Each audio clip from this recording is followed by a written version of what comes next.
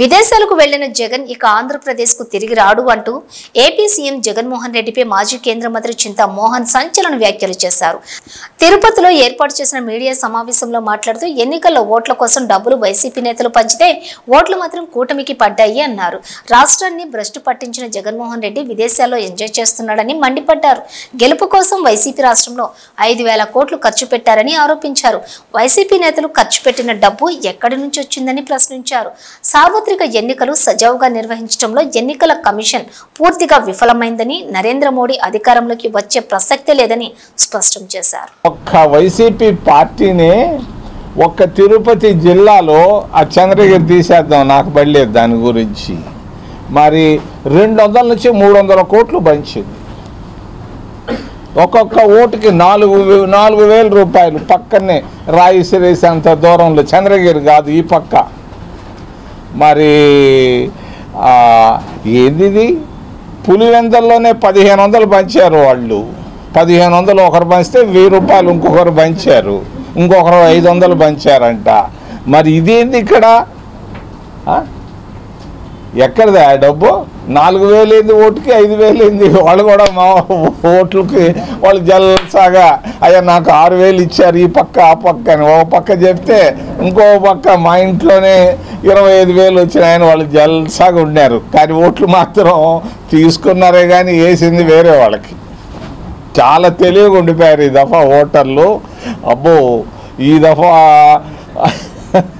నేను చూడలేదా, చాలా ఎన్నికలు చూశాను కానీ తిరుపతి లోక్సభ పరిధిలో చాలా అద్భుతాలు జరిగాయి.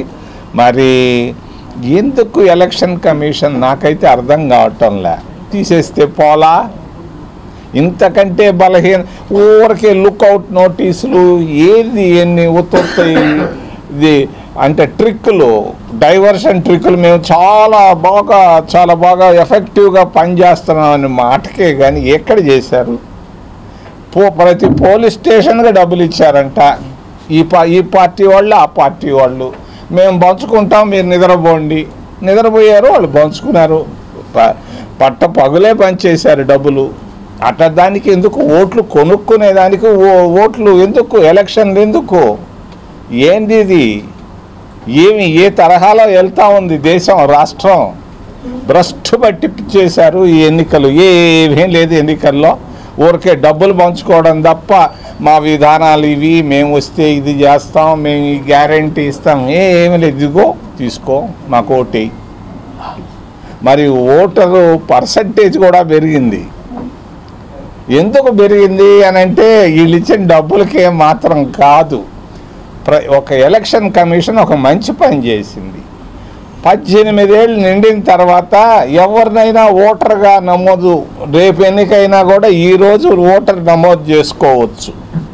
దానివల్ల ఎక్కువ శాతం పెరిగింది. యువకులు ఎక్కువగా వచ్చారు ఈ దఫా ఓటింగ్కి. 17 ఏళ్ళు నిండగానే మరి మహిళలు కూడా ఎక్కువ వచ్చారు. ఏది ఎన్నికైనా ఎట్లయినా కూడా ఎన్నికలు చాలా అద్భుతంగా జరిగాయి. ఇటువంటి అద్భుతాలు మళ్ళా జరుగుతాయని నేను అనుకోవటం లేదు.